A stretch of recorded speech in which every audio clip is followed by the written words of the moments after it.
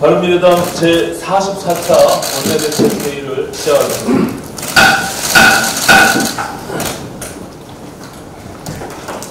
예, 먼저 어제 의원단 워크숍에서 여러 의원님들의 지혜를 모아서 당 혁신위의 성격과 역할에 대한 합의가 있었습니다. 어제 합의로 그동안 끝날 줄 모르고 갈등이 증폭되어 왔던 당내 정비 문제도 이제 수습이 잘 이루어졌으면 하는 바람입니다. 의원님들의 노고에 다시 한번 감사드리고 앞으로 체제 정비와 함께 원내에서 경제와 민생 문제에 집중하면서 바른미래당의 기력을 회복하고 총선 전망을 창출하는 데 최선의 노력을 다하겠다는 말씀을 드립니다. 국회 정상화 협상 얘기를 안 할 수가 없습니다. 국회 정상화 협상이 그야말로 꼬리에 꼬리를 무는 협상이 되고 있습니다. 민주당과 한국당 사이에 그동안 패스트트랙 법안 합의 처리 관련 문구 조정이 쟁점이었는데 이 문제가 해결될만 하니까 이번에는 정개특위 사개특위 연장 문제가 새로운 쟁점으로 등장했습니다. 퍼즐 하나를 어렵게 풀면 새로운 퍼즐이 등장해서 전체 그림을 어지럽게 만드는 형국입니다. 이런 식으로 계속 가면 20대 국회 임기 끝날 때까지 국회 문을 열 수가 없을 지경입니다. 지금 국회의원 국민 소환제를 도입하라는 국민청원이 21만 명을 돌파했습니다. 일 안 하고 싸움만 할 거면 국회의원 세비를 주지 말라는 목소리도 점점 커지고 있습니다. 경제 상황이 진짜 심각합니다. 국회 문을 빨리 열어서 민생 법안들을 처리해야 합니다. 정부가 낸 추경안에 대해서도 찬성이든 반대든 국회 차원의 답안을 제시해야 합니다. 그래서 오늘은 양당의 단도직입적으로 말씀드리겠습니다. 정개특위와 사개특위 연장 문제가 국회 정상화 협상의 걸림돌이 되어서는 안 됩니다. 국회 정상화와 별개의 안건으로 다루는 것이 옳습니다. 그래서 먼저 자유한국당이 제안합니다. 우선 6월 임시국회를 열고 정개특위와 사개특위 연장 문제는 별도 안건으로 추후 다시 논의하는 것이 바람직합니다. 자꾸만 새로운 쟁점을 만들어서 협상을 지지부진하게 만드는 것은 국민들이 결코 용납 못하는 일이고 바른미래당도 기다리는데 한계가 있다는 점을 경고합니다. 민주당에게도 제안합니다. 한국당 압박 차원에서 여야 간사들 합의도 없이 중구난방으로 상임위를 열었다 닫았다 하는 행동을 즉각 중단하기 바랍니다. 국회 정상화 협상에 아무 도움도 안 되는 일이고 실효성도 없는 일입니다. 지금 이런 신경전을 벌여서 무슨 득이 되겠습니까? 그리고 정개특위 민주당 간사인 김종민 의원이 정개특위를 연장 안 해주면 정개특위에서 자기들 마음대로 선거제 표결 처리를 강행할 것처럼 이야기하고 있는데 이거야말로 국회 파행에 기름을 들이붓는 무책임한 행동입니다. 지금 3당 원내대표단이 패스트트랙 법안 합의 처리 문구를 어떻게 해결할지 골머리를 썩고 있는 상황입니다. 그런데 이 판국에 법안 심의 한 번 없이 정개특위에서 선거제 표결을 강행하면 자유한국당이 네 하고 국회에 들어오겠습니까? 정개특위의 독단적인 선거제 표결 처리는 그동안 자유한국당이 주장해왔던 선거법 날치기 주장을 사실로 입증해주는 그런 꼴뿐이 되지 않습니다. 만에 하나 실제로 그런 일이 벌어져서 국회 정상화가 무산되면 그날로 20대 국회는 해전 휴업 상태가 되는 것이고 어렵게 만든 선거제 개편안도 법사위와 본회의의 문턱을 넘지 못하게 된다는 것을 분명히 말씀드립니다. 또 하나 말씀드리면 지난 5일 서울시 산하 서울의료원 소속 60대 미화원 한 분이 갑작스럽게 사망하는 사건이 있었습니다. 노조에 따르면 고인은 지난 4일 출근했다가 복통을 호소하며 조퇴했고 이후 심한 구토와 호피 증세를 보이며 저녁 7시쯤 서울의료원 응급실에 입원했으나 다음날 오전에 숨을 거두셨다고 합니다. 노조는 고인이 올해 들어 12일 연속 근무를 여러 차례 했고 돌아가시기 직전에도 주말을 포함해서 10일 동안 연속 근무를 했다는 사실을 들어 과로에 의한 감염 의혹을 제기하고 있고 서울시는 이를 부인하고 있습니다. 그러나 서울의료원에서는 지난 1월에서도 입사한 지 얼마 안 되는 신임 간호사가 집에서 숨진 채 발견됐고 당시에도 사내 가혹행위에 따른 사망이라는 의혹 제기 등 근로관리에 많은 허점을 드러내고 있습니다. 이런 사안이 바로 민생 사안입니다. 원내대표단 그리고 소관 상임위 의원들과 함께 이 문제에 대해 관심을 갖고 우선 사실 확인을 파악하고 대책을 마련하겠습니다. 바른미래당은 민생 정치가 새 정치라는 마음으로 대안과 함께 대안정당으로 거듭 노력하겠습니다. 감사합니다. 정책위의장 최일입니다.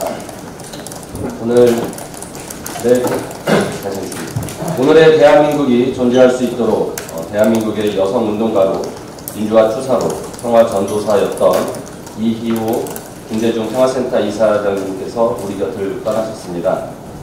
평생을 한반도 평화와 민주주의를 위해 헌신한 부인의 삶을 기리며 영명을 기원합니다. 한진그룹에 대해서 말씀드리겠습니다. 지난해 4월 물컵 갑질 사건으로 경영에서 물러났던 조현민 전 대한항공 전무가 한진칼 전무로 경영 복귀했습니다. 땅콩이양 사건으로 대한항공 부사장직을 내려놓았으나 집행유예 기간이 끝나기도 전에 계열사 임원으로 경영 복귀했던 조현아 전 부사장의 모습을 다시 보는 것 같습니다. 조현민 전무가 던진 물컵은 개인의 불법 행위에서 끝나지 않고 한진그룹의 전방위적인 검찰과 국세청 조사를 촉발하였고 주가 하락은 물론 진에어의 면허 취소까지 검토되는 등의 위기를 만들었습니다. 그룹을 위기로 내몬 조현민 전무의 경영 복귀는 능력과 자질이 떨어지는데도 총수 자녀라는 이유만으로 경영을 맡는 족벌 경영의 한계와 그룹의 자정 능력이 없음을 여실히 보여주고 있습니다. 문제는 조현민 전무뿐만 아니라 이명희 이루재단 전 이사장 등 총수 일가 대다수가 범죄 혐의를 받고 있으며 이들이 재벌 총수의 아내, 자녀라는 이유로 상속 과정에서 경영권을 맡게 될 것이 불보듯 뻔하다는 것입니다. 안타깝게도 이것이 우리나라 재벌의 현 모습입니다. 기업은 재벌 총수의 것이 아닙니다. 주주의 것입니다. 불법 경영을 하거나 사익을 추구하는 경영진은 기업에 손해를 끼치는 사람들로 경영을 해야 할 사람이 아니라 경영에서 물러나야 될 사람입니다. 지난해 국회는 수없이 많은 한진그룹 방지법을 쏟아냈습니다. 그런데 바뀐 것이 하나도 없습니다. 불법 경영진에 대한 정보를 공개하는 상법, 자본시장법, 공정거래법, 경제범죄자의 취업이 제한되는 기업체 범위를 확대하는 특정가법, 제2의 땅콩이양 사건 재발 방지를 위한 항공사업법, 이외에도 재벌의 문제를 근본적으로 바꿀 수 있는 기업 지배구조 개선을 위한 상법 등 국회에 입법 과제가 산적해 있습니다. 민주당과 한국당은 국회 정상화에 대한 핑퐁싸움을 그만두고 조속히 복귀해서 불법 경영진을 퇴출시키는 한진그룹 방지법 개정에 함께해 주시기를 바랍니다.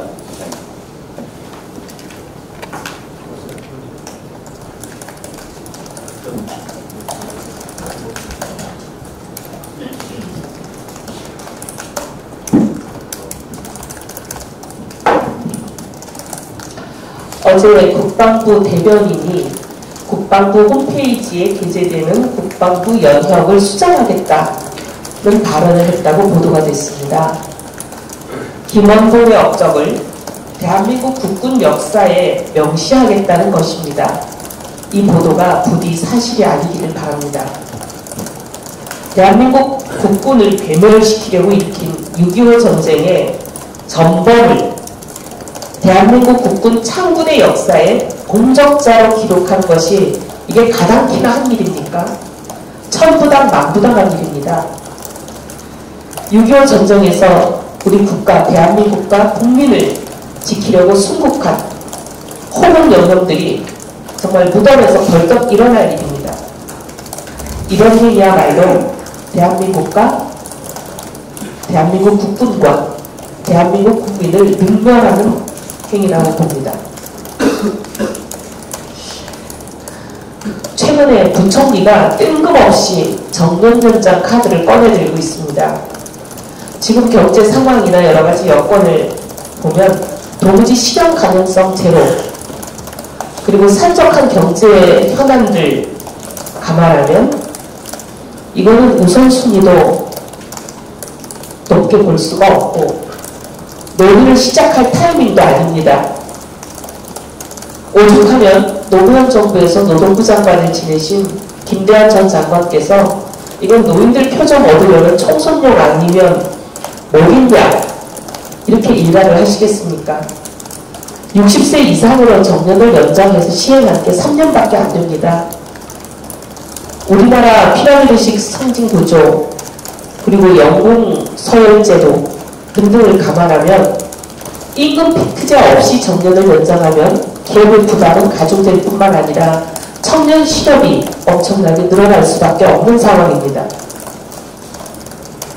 이렇게 되면 우리 경제의 재앙입니다. 가뜩이나 힘든 경제 상황에 임금 피크제 없이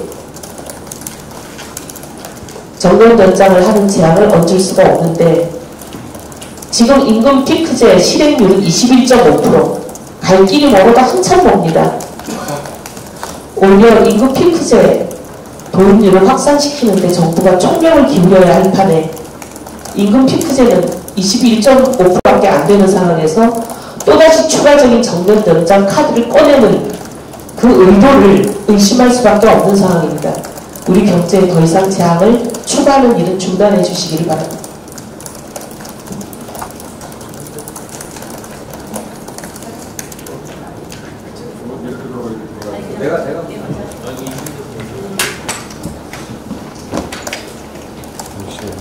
네, 이번에 문재인 대통령 독일어 삼국 방문을 말씀드리겠습니다.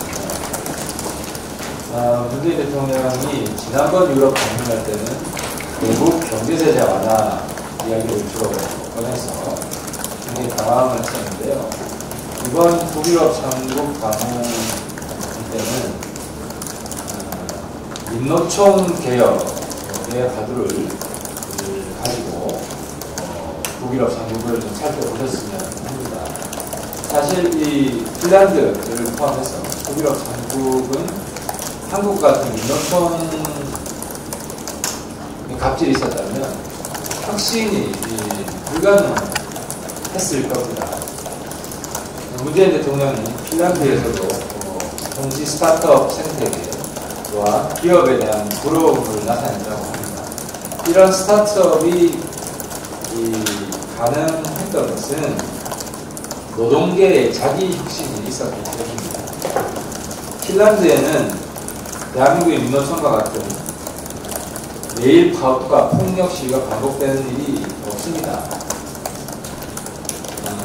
핀란드, 스웨덴 이런 나라들의 노동계는 회사 측과 경영진 측과 자율적으로 합의를 잘 이루어냅니다. 그리고 핀란드에서는 대한민국 청년들처럼 창업보다도 공무원 시험에 매달리는 이런 일도 없습니다. 바로 민노총, 공노총 이런 조직들 철밥통 문화 때문에 평생 공무원 하는 게 낫다 하는 이 사회적인 경직성이 나오는 겁니다. 북유럽 삼국의 노동개혁을 잘 배우셔서 국내에서도 노동시장 경직성을 완화하고 특히 내년에는 최저임금을 동결하고 탄력 근로자를 확대해서 경제가 선순환하고 대한민국도 창업과 스타트업 천국이 되는 민노총의 천국이 아니라 스타트업이 천국이 되는 그런 나라가 만들어지기를 바라고 대통령께도 그 창업 문화, 스타트업 문화를 또 배워보시기를 희망합니다.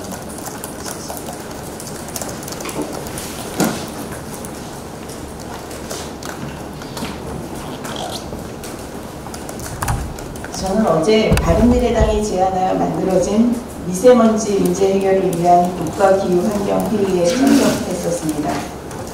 재난 수준의 미세먼지 문제 해결을 위한 범부처 대응은 필수입니다.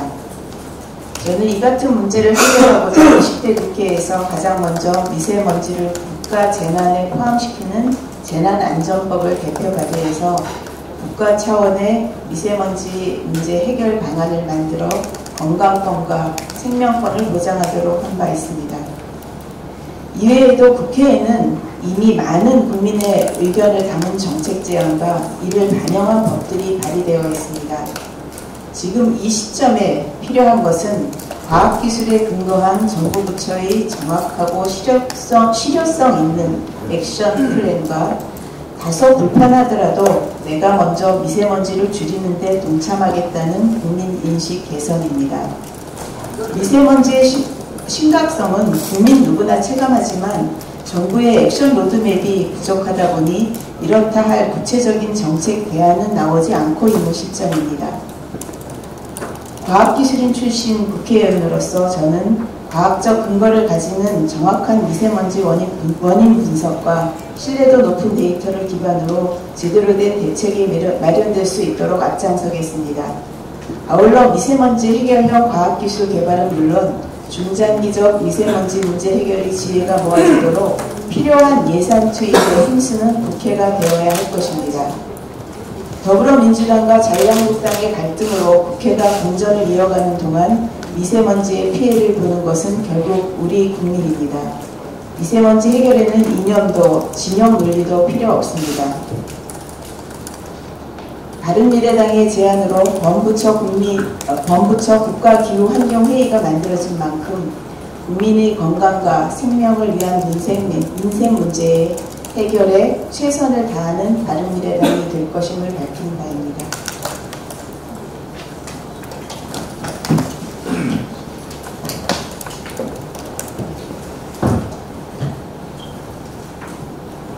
우선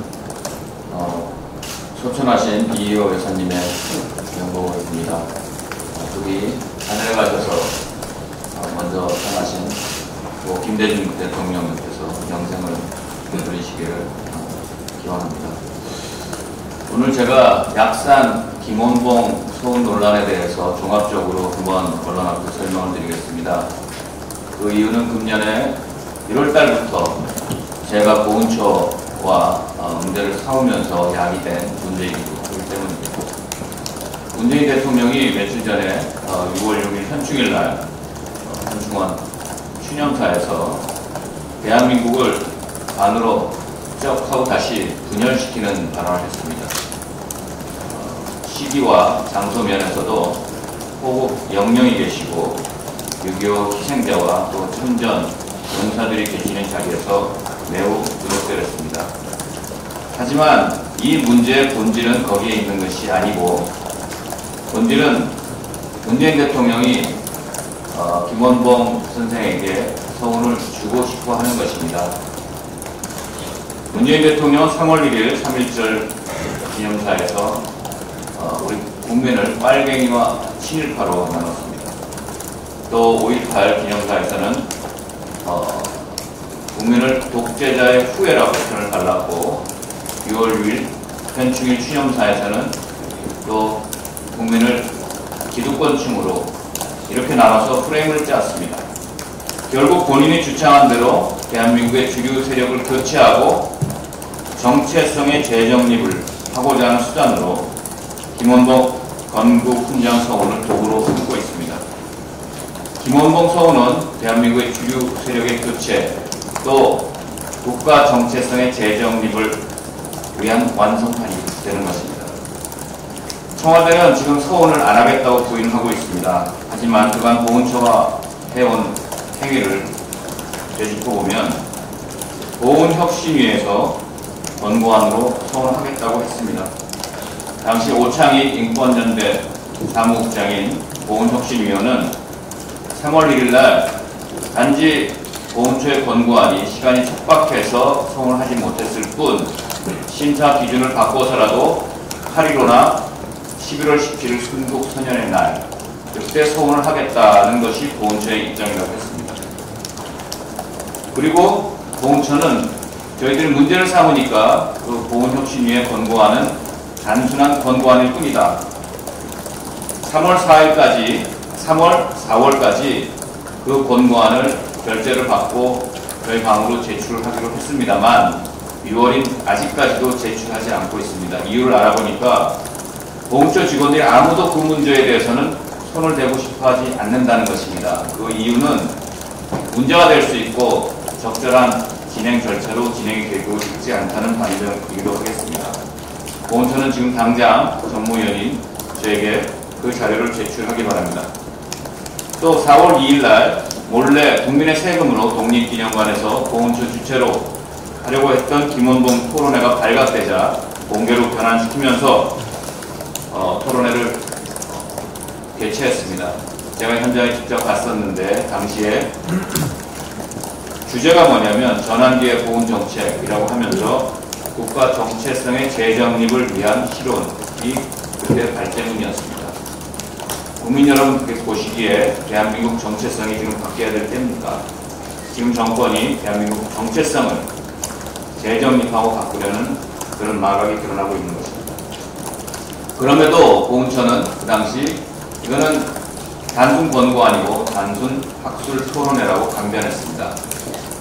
그러다가 정무위에서 피우진 처장은 급기야는 김원봉 소원의 가능성이 있다라고 이실직고했고 또 근거를 대라면 저희 호통에 대다수 국민이 원하고 있다라고 말도 안 되는 소리를 했습니다.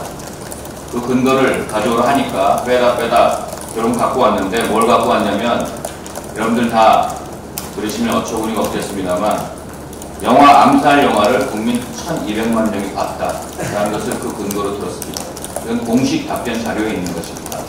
영화 암살은 온 국민이 즐겁게 봤던 우리나라 항일투쟁의 영화입니다. 러닝타임 139분 중에 김원봉 부분은 딱 4분 나옵니다.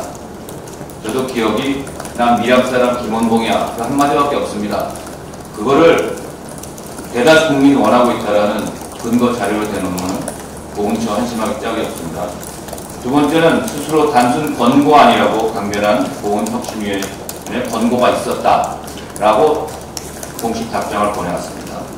또 스스로 단순 학술 토론회라고 주장했던 4월 2일 국민 세금으로 이루어진 독립기념관 토론회 서운 의견이 있었다.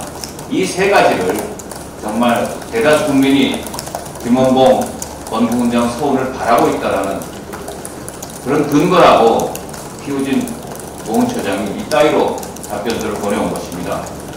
자기 부정도 이 정도가 되면 정말 도를 넘는 것입니다. 대통령은 지금이라도 당장 피우진 처장을 회고하기 바랍니다. 또한 보훈처는 몰래 정부 법률공단에 유권 해석을 넣었습니다. 김원봉 서훈이 현재 상훈법상 가능한지 안 한지 그걸 묻기 위한 것입니다. 그 공식 답변을 알아보니 서훈은 영해성이 가장 중요한 것이다. 그래서 굉장히 부정적인 답변인 것 같습니다. 이럼에도 심사 기준도 바꾸고 상훈법도 개정하겠다고 합니다. 대통령이 한마디 하니까 언론이 춤추고 또 질문도 왜곡된 그런 설문조사로 그렇게 국민 여론을 호도하면서 여론조사 조작을 하고 있습니다. 그럼에도 그 조작의 내용조차도 김원봉 서훈을 주재하는 찬성 쪽이 점점점 하락하고 있는 그런 결과가 나오니 얼마나 어처구니가 없겠습니까? 대통령이 한마디에 또 여당인 정무위원장이 움직여서 상훈법 개정을 하겠다고 나섭니다. 또 국민 세금을 준다고 하면서 광복회 시민단체들이 김원봉 서훈을 위해서 서명운동을 전개했습니다. 항일투쟁 인정합니다. 월북해서 동족 상잔의 비극인 6.25를 일으킨 그 책임을 면할 수가 없습니다. 건국훈장 안 됩니다. 300만이 희생된 그분들 누구에 의해서 희생된 것이고 그분들은 도대체 누구랑 싸운 것이 된단 말입니까? 대한민국이 통일을 이룬 다음에 남북이 하나 되고 과거에 상처를 치유하고 서로 용서했을 때 그때나 가능합니다. 그때 분명히 드리겠습니다. 항일 투쟁에 혁혁한 공을 세웠다고. 하지만 그것도 건국훈장의 이름이 아닌 새로운 항일 투쟁의 상원을 만들어서 드리는 것이 옳다고 생각합니다. 문재인 대통령께서는 이 사실을 정말 유념하시고 더 이상 이 문제로 나라를 어지럽히지 말아주시길 바랍니다. 나라가 절단납니다.